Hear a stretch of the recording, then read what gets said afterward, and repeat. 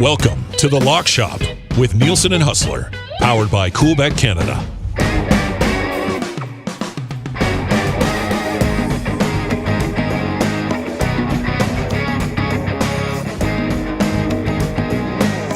It's Friday night. You're in The Lock Shop with Nielsen and Hustler. The Lock Shop brought to you by Coolbet Canada. Sign up for an account. Use the bonus code LOCKSHOP. You get a 100% deposit bonus up to $200 on your initial deposit here on a Friday night. Huss, after a busy day of Winnipeg sports talk and the afternoon show on 960 in Calgary, a little sports betting to wrap up your day.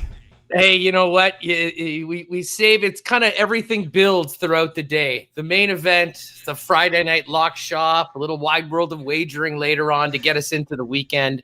It's the levity that many of us need right now, Dusty, and God knows we need sports because I know where you're at out in Alberta as of 6 o'clock tonight here in Manitoba. Everything is basically shut down. So yeah, we're going to be, I think there's going to be a lot of people that ride with us, maybe make a few wagers, stay up all night watching Aussie rules football or whatever, because up there is frankly nothing else to do. And that's the way it is. That's pretty much how it is. All I'm hoping for is that all of these restrictions, especially in the West, are being put in place so we can kick off some CFL football in early August. Huss, the more I see these new restrictions, I'm like, don't screw this up. Don't screw this up. Well, it's funny you bring that up, Dusty, and I know we'll probably spend some more time on this closer to the closer to the season. But yes, I hope that is in fact the case. Vaccinations are the key to that, so everyone get your damn shot so we can go to football games this summer. But I will say Coolbet, before we get into the picks, does have the Grey Cup odds up for the 108th Grey Cup winner, and you can check that out. It's even on the popular. It's on the popular bets section. That's right. You don't think CFL football fans are jonesing? I mean, even just to look at the odds and make bets on a season that may or may not happen in 3 months, people are all in. Hamilton is the favorite at plus 320. And then your reigning, defending Grey Cup champion Blue Bombers plus 395. Calgary and the Riders at plus 575. Argos 9. The Double E football team. How many times have you screwed that up, by the way, on your show? Buddy, we got to get a name. We got to get a name right away here. Like, I don't know. You had a year. I don't know what they're waiting for.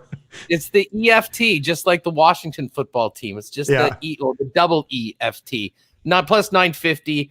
Alouettes 1050. BC 1050. Ottawa 19-1. No love for my guy Lapo in his new home. But again, it's always interesting, and it's even more so looking at these odds for the CFL and the Grey Cup without really knowing just how different everything is going to look. It's going to be a long time since we saw 3-down football the next time the stars of the CFL get back on the field. So if you think you've got some good value, jump on it now, folks, because you never know how these numbers are going to change.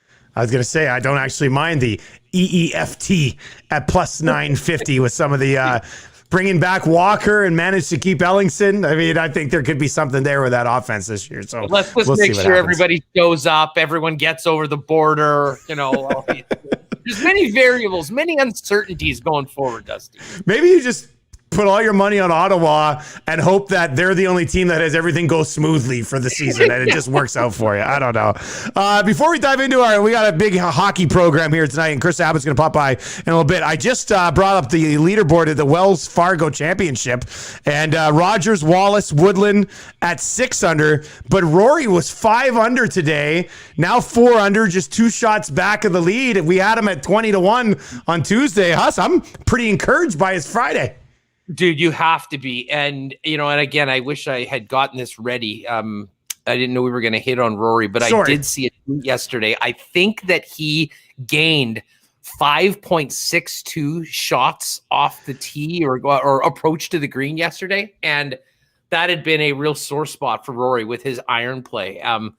And he hadn't had a number over 3 in a long time. So this performance today, coming off an opening round 72, is very, very encouraging for Rory McIlroy fans, and even more encouraging for people that could not resist a 20-1 number on one of the world's best golfers despite recent struggles. So, and by the way, my guy DeChambeau was not very good, finished early today at +2, got on his private jet, went back to Dallas, worked out, and then found out he made the cut. So DeChambeau tweeted out, and of course, this is just typical Bryson, making it look as if this was totally intended. He goes, did an Instagram post. Yeah, just want to head back to Dallas for a quick workout. See you tomorrow, Charlotte. Realizing like, oh man, maybe I shouldn't have left. Maybe I could be there. So anyways, the Bryson ticket's still alive. And what's crazy, dude, is like the cut was +2. There's only 8 shots between the entire field, top to bottom. So I think kind of everything is up in play for the Wells Fargo right now. But yeah, you got to be feeling good about Rory McIlroy after 36 heading into the weekend with that 5 under par 66 today. You're right, though. I mean, pretty much everybody with a good Saturday will put themselves in the mix on Sunday with how close it is right now. So that's exciting. It should be good for the Wells Fargo. All right, Chris Abbott's going to be by a little bit later on. We'll take another dive into the wide world of wagering with Hustler. If you're watching on the live stream tonight, subscribe to the podcast so you don't miss an episode. Find The Lock Shop on all your podcasting platforms. We'll get to our Partner Parlay. We'll get to the Dog Pound. But let's start with our puck picks for Saturday in the National Hockey League. And I'll just lead the